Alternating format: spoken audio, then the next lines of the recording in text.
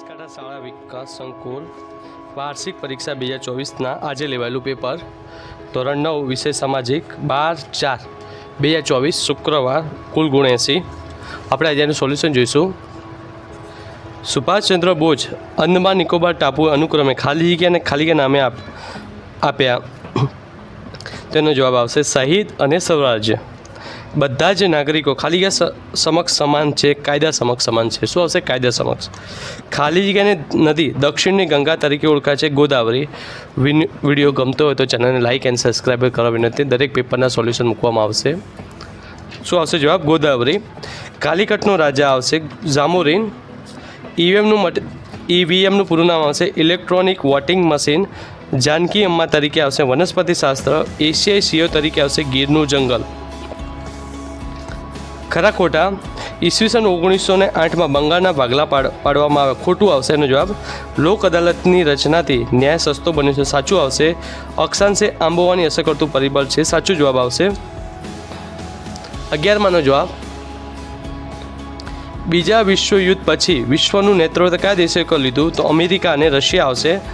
સરદાર પટેલના સચિવનું નામ આવશે વીપી મેનન। ગુજરાતના જાણીતી મીઠાઈ તો જલેબી આવશે। એશિયાઈ ખંડનો સૌ પ્રથમ કયો દેશ આઝાદી મેળવી? ભારત। જો કોમેન્ટ કરજો બરાબર જવાબ સાચો કે નહીં। આનો 100% જવાબ જ ભારત જ આવશે। બંધારણે આપેલા મૂળભૂત હકો પૈકી કયા હકનો સમાવેશ થતો નથી? તો અપ્રમાણ મિલકતનો હક। માનવ નીચેનામાંથી કઈ આપત્તિ માનવ સર્જિત છે? તો હુલ્લડ। સેક્શન બીના પ્રશ્નો જૂના પેપર 2019, 20, 21 ને 22 એનામાંથી ખાસા બધા મોટા ભાગના પ્રશ્નો પૂછાયા છે। પછી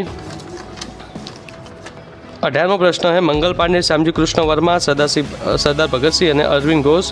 19માં બિન જોડાણવાદી નીતિ આપણે નકશાનું સોલ્યુશન મૂકશું। નકશામાં કઈ કઈ જગ્યાએ કેવી વસ્તુ આવી।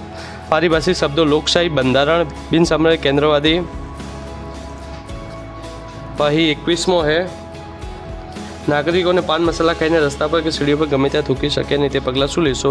પછી તમારા સોસાયટીમાં રહેતા પિતાને મારવાની વારંવાર ધમકી આપે તો તમે પિતાને કેવી એ વ્યક્તિથી બચાવ શું કરશો? આપણા દેશમાં સળંગ ન્યાયતંત્ર એમ શા પછી કે આમ્રવૃષ્ટિ। પછી જંગલોના વિનાશના પ્રકારો આમ પ્રશ્નો છે। પછી સેક્શન સીના પ્રશ્નો છે 27 થી 34 પ્રત્યેકના 3 ગુણ છે બરાબર। બીજા વિશ્વયુદ્ધનું પરિણામો, પછી સંયુક્ત રાષ્ટ્રની સલામતી, જૂનાગઢના ભારતીય સંઘમાં જોડાણ, ઓપરેશન વિજય, રાજ્યસભાના સભ્યોની પસંદગી, સત્તાધીશ વિરોધ પક્ષ વચ્ચે લોકશાહીના પૈડા, પશ્ચિમ ભારતના લોકોના મેળા, તહેવાર, ઉત્સવ, ઉત્તર ભારતના રાજ્યોનું નામ લખી, રહેઠાણ, પોશાક, રહેઠાણ કેવી રીતે માહિતી, ચૂંટણી એ લોકશાહી પારદર્શિક છે સમજાવો, પૂર સમય શું કરવું જોઈએ।